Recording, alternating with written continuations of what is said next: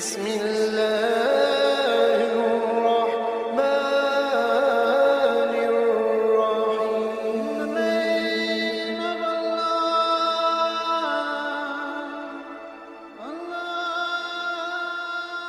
الرحيم. بسم اللہ الرحمن الرحیم.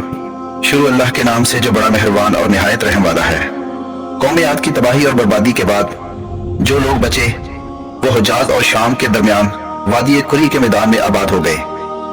شروع میں یہ قوم عاد ثانیہ کہلائی، لیکن بعد میں اپنے کسی بزرگ کے نام پر اس قوم نے اپنا نام سمود اختیار کیا.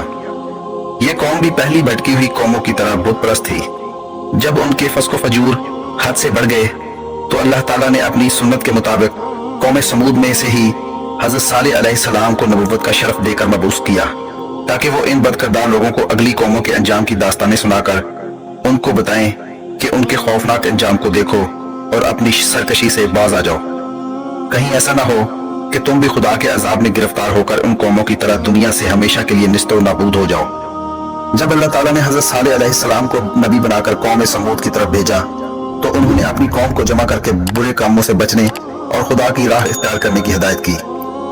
آپ نے اپنی قوم کو بار بار سمجھایا، خدا کے عذاب سے ڈرایا اور ان پر خدا کے فضل و کرم جتائے، لیکن کوئی اثر نہ ہوا. بلکہ اس کے جواب میں انہوں نے کہا، اے صالح، ہماری قوت، شوکت، دولت کی فراوانی، کھیتوں کی سرسبزی، عالی شان مکانات، غرض کے یہ دنیا جہان کے عیش و آرام جو ہمیں حاصل ہے تیرے ہی خدا کی طرف سے ہیں. تو پھر وہ لوگ کیوں غریب اور نادار ہیں جو تیرے خدا کو ایک مانتے ہیں؟ اس کا تو مطلب یہ ہے کہ وہ راہ راست پر نہیں، اور یہ ہمارے ہی خداؤں کی تو کرم فرمائیاں ہیں. حضرت صالح علیہ السلام نے ان سے فرمایا کہ اس عقل و دولت اور شان و شوکت پر ہرگز گھمنڈنا اور غرور نہ کرو، ایسی چیزیں پل بھر میں فنا ہو جایا کرتی ہیں. قوم سمود کو سب سے بڑا تعجب یہ تھا کہ ہم میں سے ہی ایک شخص کیسے نبی بن گیا اور اس پر خدا کا پیغام نازل ہونے لگا. اگر ایسا ہی ہونا تھا تو کیا ہم اس کے اہل نہ تھے؟ ہم ایسے رئیسوں اور بڑے آدمیوں کو چھوڑ کر اللہ نے غریب اور کمزور لوگوں کو اپنا پیغام کے لیے کیوں چنا؟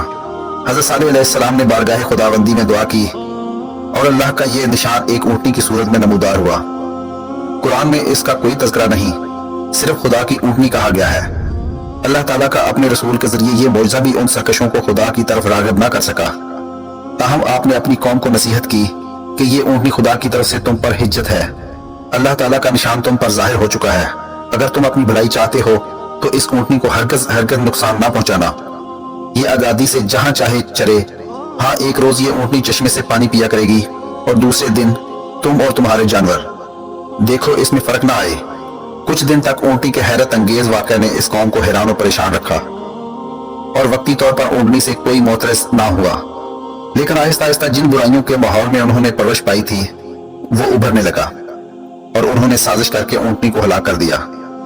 جب حضرت صالح علیہ السلام کو اس واقعہ کی اطلاع ہوئی تو آپ کو بہت رنج ہوا اور آنکھوں میں آنسو آ گئے. 3 دن کے بعد کڑک اور گرج کی ایک ہیبت ناک آواز پیدا ہوئی جس نے ہر انسان کو جو جس حالت میں تھا ہلاک کر دیا. لیکن وہ لوگ جو حضرت صالح علیہ السلام پر ایمان لے آئے تھے اس عذاب الہی سے بچ گئے.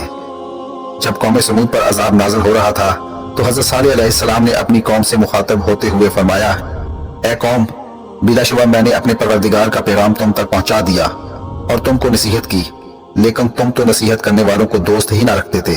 قوم سمود کی تباہی کے بعد جو لوگ بچے وہ فلسطین میں آ کر آباد ہو گئے. دوستو، آج کی ویڈیو اچھی لگی ہو تو چینل کو سبسکرائب ضرور کیجیے گا. اللہ تعالیٰ آپ کا حامی و ناصر ہو.